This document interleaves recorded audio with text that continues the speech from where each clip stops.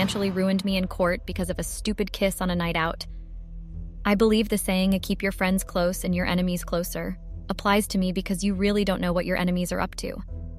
I got betrayed by someone I thought was my friend, and I haven't been the same ever since.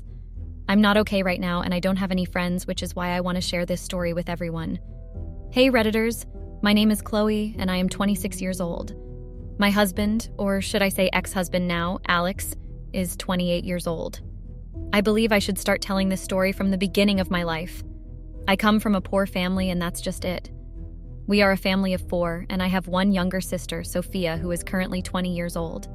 There were so many difficulties growing up, especially from my younger years. When I turned 6, Sophia came into the world, but the crazy part is that she doesn't belong to my dad. My mom was a street food vendor. I don't know if there's another term for that, but she sold junk such as hot dogs and the likes in this cart she dragged around on the street. On the other hand, my dad worked as a janitor, so as you can already imagine, the money they were getting wasn't a lot, hence the reason I said our family was poor. So you could imagine the shock on my dad's face when he heard she was pregnant. I was still 5 years old when I heard them shouting. They say kids usually forget things when they're young, but in my case, it is different because I remember everything. I remember the story she told him on how it all happened. Okay, it's a bit vague, but you know the usual saying of, it was a silly mistake. She said she didn't want to get rid of the baby because she felt she was going to be special and change our lives. My dad couldn't believe what she said, and he said he couldn't stay with her anymore. The first few days, he came back home drunk and became violent, which made me cry every day. I don't know how 9 months came by so quickly, but I turned 6, and after, my mom gave birth to Sophia. Dad was not there, of course. He couldn't live with mom carrying another child, so he stopped coming home at a time. The one time he came home was for a divorce, 2 months after Sophia's birth. I remember my mom crying and reading a paper with the word divorce written on it. She signed the paper, and I wondered what it was that made her cry, but eventually as I grew up, I figured it out when Dad stopped coming home. Dad wasn't rich enough to file for custody, and I never thought he wanted to, since it was like a burden of my choice. I remember him kissing me on my forehead and saying that he loved me, and he was always going to be there for me. I don't know where he went, but the next day he came to pack his things when I was sleeping. Or at least that was what Mom said. It was just Mom, Sophia, and I that was left in this small house, and Mom struggled every day. Sure, she cheated on my dad, but she was still my mom that I loved, and Sophia was my sister. Mom was able to send me to school up until I finished high school by the time I was 18. I was also able to get a job as a babysitter or dog walker, anything that could give me money since I wanted to help Mom out with Sophia. Sophia was an angel, and Mom was not completely right about her changing our lives. But I love my sister. I was able to save enough and get admission into Florida State University, but I was a part-time student since I was also working. This is where things were going to go wrong, and I had no idea. But there's a reason I'm telling you the backstory of my life, because they are all connected. I was a people pleaser because I'd do anything to make people content with me, so they'd give me extra tips when I'm done. When I was a part-time student and also going to work, I did extra work to earn money. I offered to do people's assignments and I'll get paid for it. And yeah, that was how I met Alex. We weren't in the same major, but we were in the same year. He said he heard I did assignments and he gave me his assignments to do. It became a regular thing that happened a lot of times, and it was so helpful for me because he paid lots of money. I asked a friend of mine, Sheila, about him, and she told me that he came from a rich family and had lots of money. A year passed, and this continued until he came to me for a personal reason. He wasn't a serious person with studies, and he told me he hated reading. His grades were very low, and he didn't care because he wanted to get school done until his father told him he had to get high grades, or he wasn't going to get anything from him. Alex asked me to be his tutor, and he said he was going to pay me lots of money. This was a great opportunity for me, and I didn't complain when I saw the amount of dollars he offered. I accepted the tutor job immediately, and he told me I was going to be tutoring at his house. I said no because it didn't sound like something I was comfortable with. I told him and asked him if we could study at the library instead, and he agreed. We got to work almost immediately, and though we studied different majors, it was closely related, so tutoring him was not too difficult. I was always a straight A student.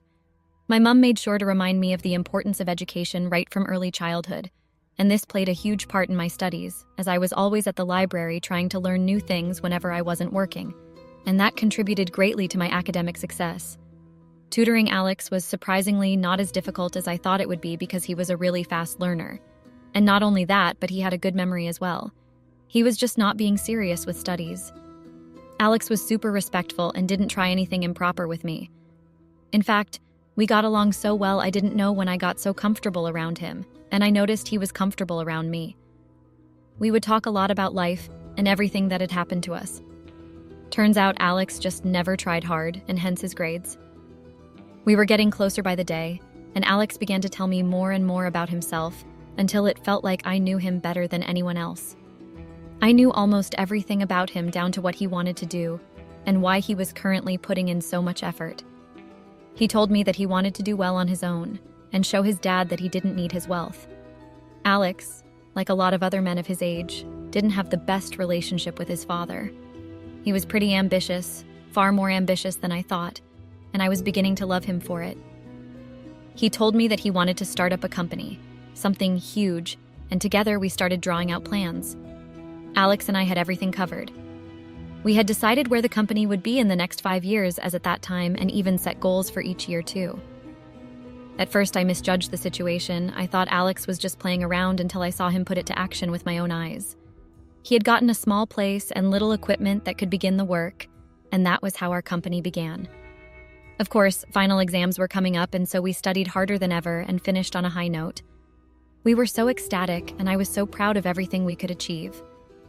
Alex had met my mom and Sophia a few times already.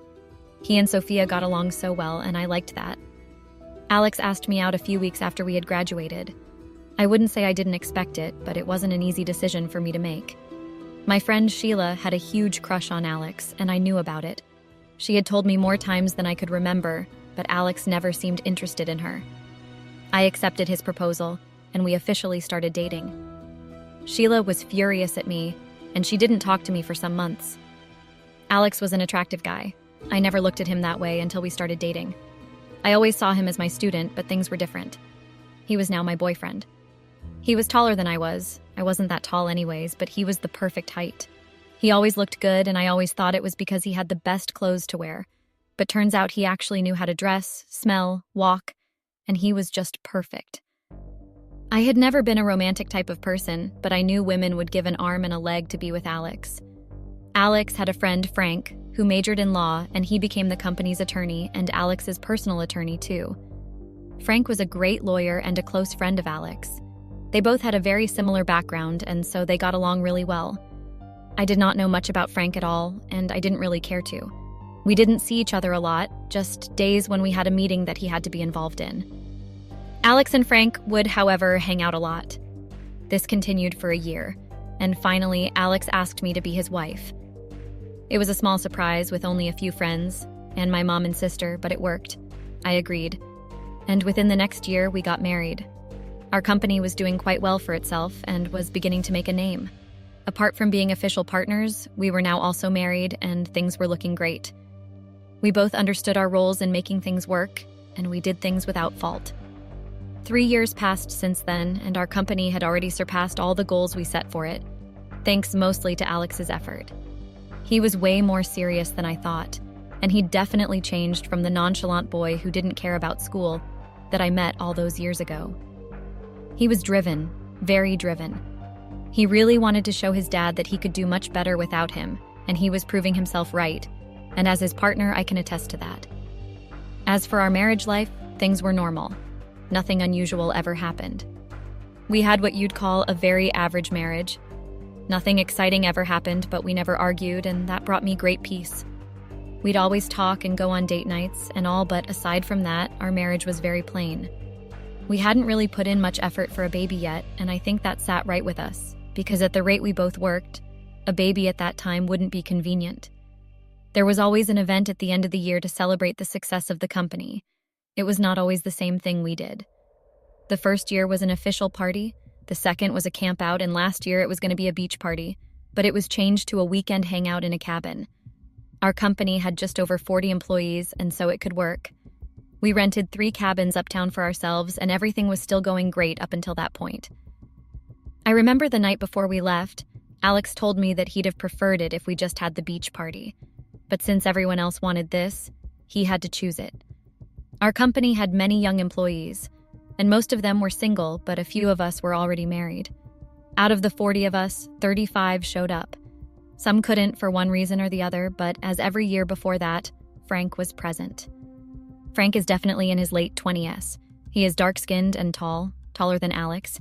He has a good build and generally looks good. His voice gives him a presence too. Our employees present were mostly the ones fresh out of college/universities, and the few ones still in their finals. We prioritized hiring the younger set of people, and almost all our employees were young, just like Alex and I. During our hangout, there were different games like board games, consoles, group games, and everyone picked what they liked and did it. Growing up, I was never a party person. I always read books when my friends went to parties. The first party I attended was the first one hosted by our company, and so after living for 25 years at the time, this was only my third. I always heard the stories and how parties went wild, and all but never really cared much. At the previous events, nothing wild happened because of the type of events they were. This, though, felt different. It was only Friday night, and I could see everyone letting loose. They didn't seem like the organized and diligent workers we knew. Everyone was doing different things, and some ladies wore something very unethical. But I couldn't complain. It was a party after all. Friday night went by really slowly for me. It was all partying and dancing. I was on the fence floor, but I did not feel like I belonged because I couldn't even dance if I tried to. And I noticed pretty quickly that most people weren't really dancing, but they were being touchy and unethical instead. I left almost as soon as I got there, but Alex stayed the duration and danced all night. I had never seen that side of him before that day he danced, and I watched him for a while. I saw a lot of ladies throw themselves at him, but he gently declined them. Deep down, I wished I could be a party person just for the weekend. Everyone woke up late on Saturday. After all, most people were hungover. Alex woke up quite early, though. He hadn't drank last night. He doesn't drink or smoke, and that's one rule he's lived with his whole life, and that didn't change because of the party. He got up and prepared for the activities of Saturday. Saturday was a fun day for others, but for me, I would always remember it as the day that ruined both marriage and life. It started out early for me, but late for almost everyone else. I made breakfast for Alex and we brushed over some basic routines as we prepared for the rest of the day. It was noon, and we all went hiking for about 3 hours. By the time we were back, we freshened up and got ready for the evening BBQ, which then turned into our game night.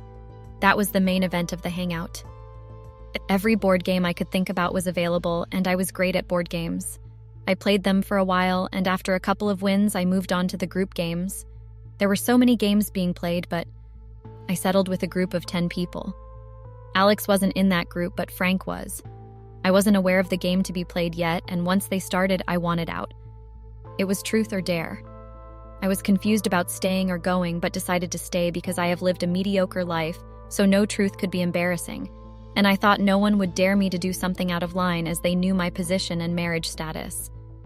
Anyway, the game started out soft. Some pretty basic things were asked until someone dared to take off his shirt, and he did. I knew things were only going to get heated from then on. Some dirty dares passed around until it was my turn. I was to dare someone, and I dared her to take off her shirt, which she did without hesitation. I honestly thought she wasn't going to. Turns passed around till it was her turn, and she dared me to kiss Frank. Now everyone had some dare, while I took a shot for the first time I was dared. I am not a heavy drinker, and I had never drank before up until that point. I don't know if it was the drink I took, but I was definitely feeling more hyped than ever. When I heard the dare, I thought about it for a few minutes. I knew as much as this was a party, this was a work party, and though Alex was not here, there was a huge probability of him finding out. I wasn't able to make up my mind, and so I had to take another shot. After the second shot, I was definitely drunk. I couldn't think straight anymore, and no matter how hard I tried to control my body, it was difficult. By the time the game had gone round again, and it was right before my turn, was Silas's turn. Silas was a company employee and a college student. He was in his finals at the time, and before I knew what was happening, Silas was to dare Frank, and he dared him to kiss me. Now Frank had a lot to drink too, and was definitely already feeling it. Frank made his way to me while I just started looking lost. Before I knew what was happening, Frank's lips were all over mine. Everything got so dizzy and I passed out after that. I saw Alex in the distance running over to me where I was before I passed out. I did not know what happened, but I woke up the next morning next to Alex in our room. I asked him, but he wouldn't talk much to me. Sunday's event went by without me because I stayed in the room.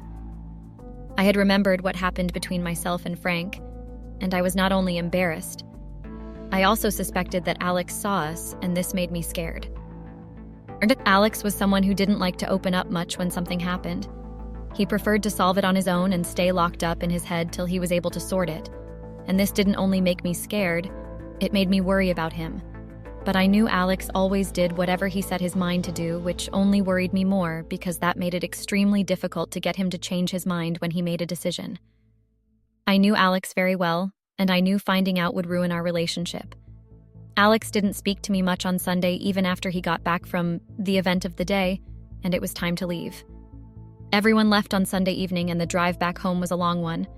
I decided to force myself to believe that he'd understand because after all, it was a mistake. But I was wrong. When we got home, Alex told me that he knew everything. In our 4 years of marriage, that would be our first argument. In my head, I'd hoped he'd understand that it was just a silly kiss that happened while we were drunk. Besides, it was Frank who came to me, but he didn't listen. Frank wasn't picking calls either. A few weeks into the new year had passed, and I hadn't seen Frank since the party. I was hoping he'd come and clear the air as things hadn't been going well in my marriage ever since. Alex and I started having issues because we have not been able to move on, and my once peaceful marriage has now become something else. After working together with Alex for 4 years, he decided to let me go from the company. He's the owner and CEO, and so his call is final. He sent over some divorce letters to me too a few weeks ago, just a few days after my birthday. I turned 26 and I couldn't believe that my husband was going to divorce me because of a silly kiss. We got to court after signing the papers, and of course he got to keep his company and his house while I got nothing. He took all the money and left me with nothing. Update. Everything happened so fast it seemed like a bad joke or bad dream I can't wake up from. After working for 4 years, I was able to accumulate some money, and I'm still living off that. But I know I'm going to have to find something else to do very soon. I moved out of my husband's house, and I'm now back with my mom. I barely have anything left, and I'm beginning to feel like a burden to my family again. It's been 6 months after the divorce, and I still see Alex's company on the news doing well and smashing goals. He filed a restraining order on me after I tried to talk things out with him a month ago. I haven't gotten any new jobs since I left that one, and I have also not been able to reach Frank ever since. I still love Alex so much, and I really want to get back with him, but I know that's like a dream that had not come true. I regret my actions, and I wished I didn't even leave the room that Saturday. Alex, if you're reading this, I'm sorry, and I know that what I did was wrong. I still love you, and I miss you more than anything. I am still struggling to move on. I've tried to start over, but I couldn't shake the feeling that I am still somehow tied to my ex-husband. I really have not felt drawn to anyone else, and I cannot stop thinking about the life we had built together and how it has all come crashing down. As time has gone on, I am trying to rebuild my life, and of course, time has healed me a little. I still feel shattered by what could have been. My sister and mom have been crucial for me, as they've been my support too. Of course, I still feel guilty for the end of what could have been, but I am beginning to come to terms with it. Of course, I'm scared of the uncertainty of the future, as I'm still young and the rest of my life is longer than the one I've lived, but don't think I can recover from this anytime soon. Again, Alex, I love you, and it was just a stupid kiss. I really wished we could have worked out and things went differently. I would give anything to have what we had again, and if by a chance you do come across this, please forgive me. Ladies, don't just kiss people on nights out or because of a dare when you're married or dating.